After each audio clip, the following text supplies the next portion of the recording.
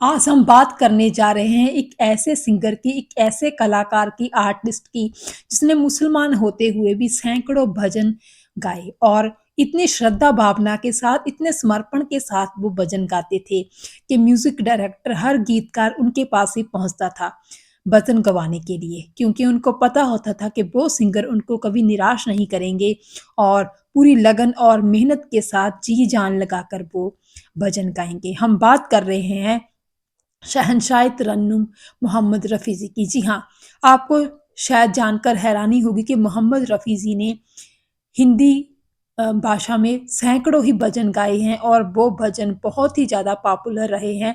लोग आज भी उनको बहुत ही श्रद्धा के साथ, बहुत ही प्यार से सुनते हैं। आज हम मोहम्मद रफ़ी जी द्वारा गाए कुछ ऐसे ही भजनों की बात करेंगे जो कि बहुत ही ज़्यादा पॉपुलर हुए थे बॉलीवुड में।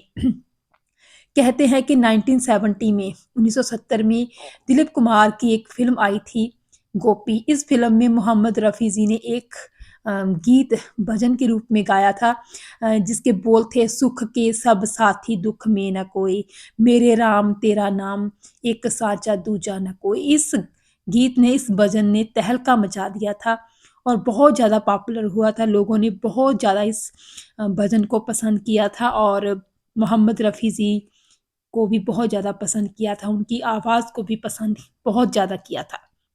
और ये भजन इस गीत के कारण ही उनकी बहुत ज़्यादा पॉपुलैरिटी हुई थी और बच्चे-बच्चे की ज़ुबान पर ये भजन उस टाइम पे आ गया था। लेकिन हम जो मेन बात करने जा रहे हैं वो हम मोहम्मद रफ़ी जी द्वारा गाए एक ऐसे भजन की बात करने जा रहे हैं जो उन्होंने एक फ़िल्म के लिए गाया था और वो इतना ज़्यादा पॉपुलर भी हो गया था। लेकिन उस भजन को गाने के लिए मोहम्मद रफ़ी साहब को बहुत ज़्यादा जो है प्रैक्टिस भी करनी पड़ी थी और उनको बहुत ज़्यादा मुश्किलात का सामना भी करना पड़ा था और यहाँ तक कि उनके गले में से खून बहने लगा था।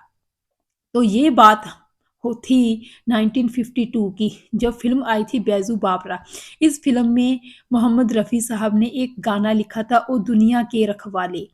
इस गाने को लिखा था गीतकार शकील बदाऊनी ने और इस गीत के जो संगीतकार थे वो थे नौशाद।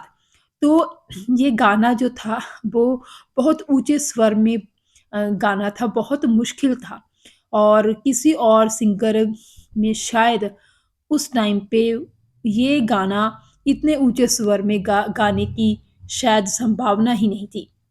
तो इसीलिए मोहम्मद रफ़ी जी के पास पहुँच की गई ये गाना गवाने के लिए। दरअसल मोहम्मद रफ़ी साहब किसी भी भजन को गाते थे तो वो पूरा समर्पण लगाकर गाते थे और जिस स्केल पर मोहम्मद रफ़ी साहब आराम से गाना गा देते थे, उस स्केल पर दूसरे गायकों को चीखने तक की नौबत आ जाती थी।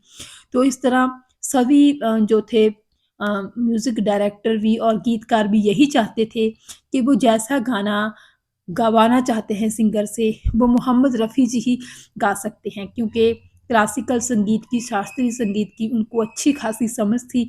इसीलिए ज़्यादा से ज़्यादा म्यूज़िक डायरेक्टर मोहम्मद रफ़ी जी के पास ही पहुँच जाते थे अपना गाना लेकर। तो ये गाना जो था, इस गाने के बोल थे ओ दुनिया के रखवाले, बहुत ही ज़्यादा इमोशनल, हार्ट टचिंग भजन था, गीत था ये और लोगों ने बहुत ज़्यादा पसंद भी किया था। बहुत ही इमोशनल था और बच्चे-बच्चे की जुबान पर भी ये गीत चढ़ गया था, ये भजन। और जो सबसे ज़्यादा अच्छी बात थी वो ये थी कि इस गीत की वजह से, इस भजन की वजह से न सिर्फ़ फ़िल्म की ही पॉपुलैरिटी हुई बल्कि मोहम्मद रफ़ी जी को भी लोगों ने अम, अपने पसंदीदा, अपने लोकप्रिय गायक के रूप में स्वीकार कर लिया। तो अगर बात करें कि किन मुश्किलात का सामना करना पड़ा था मोहम्मद रफ़ी जी को क्योंकि गाना बहुत ही ऊँचे स्वर में गाना था। तो कहते हैं कि मोहम्मद रफ़ी साहब ने लगातार 15 दिन तक, रिकॉर्डिंग से पहले 15 दिन तक इस गाने का रियाज़ किया, इस भजन का रियाज़ किया और जिस दिन वो उन्होंने ये भजन गाना था स्टूडियो में, उस दिन भी मोहम्मद रफ़ी साहब की आवाज़ जो थी पूरा उन्होंने अपनी जी-जान से इस गाने को गाया पूरे समर्पण के साथ और कहते हैं कि इस गाने की रिकॉर्डिंग के बाद उनकी आवाज़ काफ़ी टूट गई थी। यहाँ तक भी कहा गया था कि मोहम्मद रफ़ी जी की गले में से खून बहने लगा था और क्योंकि पूरे जी-जान लगाकर उन्होंने ये गीत गाया था और उसके बाद काफ़ी देर तक वो गाना नहीं गा सके थे। और यहाँ तक कहा जाने लगा था कि मोहम्मद रफ़ी जी की आवाज़ हमेशा के लिए चली गई है और अब वो शायद कभी ना गा सकें। लेकिन ऐसा हुआ नहीं था, मोहम्मद रफ़ी साहब फिर से तैयार हो गए थे गाने के लिए। लेकिन यहाँ पे जो नोटिस करने वाली, गौर करने वाली बात ये है कि एक कलाकार के रूप में वो इतने ज़्यादा समर्पण के साथ गाते थे, भक्ति गीत भी कि मतलब पूरा अपना जो है जान लगा देते थे और देखिए एक मुसलमान होते हुए भी हिंदू धर्म के प्रति भी उनकी पूरी श्रद्धा थी और यही बात होती है एक कलाकार की, एक आर्टिस्ट की वो किसी भी जाति और धर्म का नहीं होता। वो सभी जाति और सभी धर्म के लोगों का एक समान जो है आर्टिस्ट कलाकार होता है। यही वजह है कि मोहम्मद रफ़ी साहब को हर एक धर्म के, हर एक जाति वर्ग के लोग पसंद करते हैं। हर एक के वो पसंदीदा जो हैं सिंगर रहे हैं। तो मोहम्मद रफ़ी साहब का ये गीत बहुत ही ज़्यादा पॉपुलर हुआ था और बहुत ज़्यादा लोगों ने इस गीत की सराहना की थी। एक किस्सा इसी गीत से संबंधित, इसी भजन से संबंधित नौशाद जो कि इस गीत के संगीतकार थे, उन्होंने बताया था कि एक बार एक मुजरिम को सज़ा दी जानी थी, फांसी दी जानी थी और उससे उसकी आखिरी ख्वाहिश पूछी गई। तो उस कैदी ने जिसको सजाए मौत दी जानी थी, ना अपने किसी रिश्तेदार से मिलने की ख्वाहिश ज़ाहिर की और ना ही उसने किसी खाने-पीने की ख्वाहिश ज़ाहिर की, बल्कि उसने यही कहा कि मुझे वो गीत ओ दुनिया के रखवाले सुनाया जाए।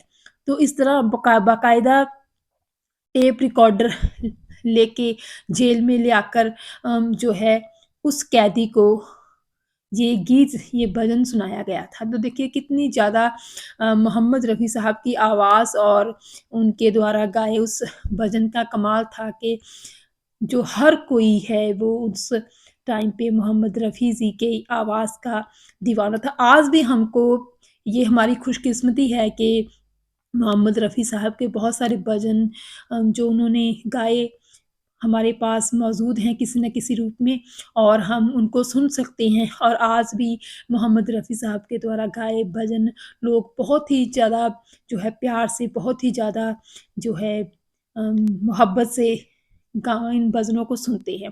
तो मोहम्मद रफ़ी साहब की अगर बात करें तो उन्होंने हिंदी भजन ही नहीं बल्कि सूफ़ी गाने भी गाए और बहुत ही ज़्यादा उनके वो गाए सूफ़ी गाने भी पॉपुलर हुए थे और गुरबानी के शब्द भी उन्होंने बहुत सारे गाई। उस तरह देखिए एक कलाकार जो होता है उसका कमाल यही होता है कि किसी बंधन में नहीं वो बंध सकता और कोई भी उसे बंधन में बाँध नहीं सकता।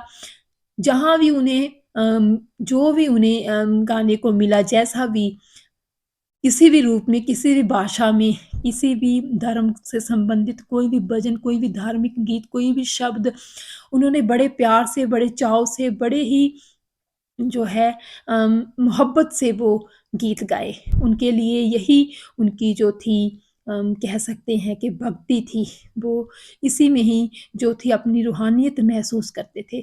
तो इस तरह इन उनकी शख्सियत का भी यहीं से अंदाज़ा लगता है कि कितने ज़्यादा उम्दा वो शख्सियत के मालिक भी थे कि हर एक धर्म की वो पूरी जो है श्रद्धा भावना के साथ इज़्ज़त करते थे। तो यही एक अच्छे बड़े कलाकार की बात होती है। तो मोहम्मद रफ़ी साहब के भजन जो हैं आज भी हमारे पास मौजूद हैं और जब जी चाहे हम सुन सकते हैं और ये हमारा बहुत बड़ा सौभाग्य है।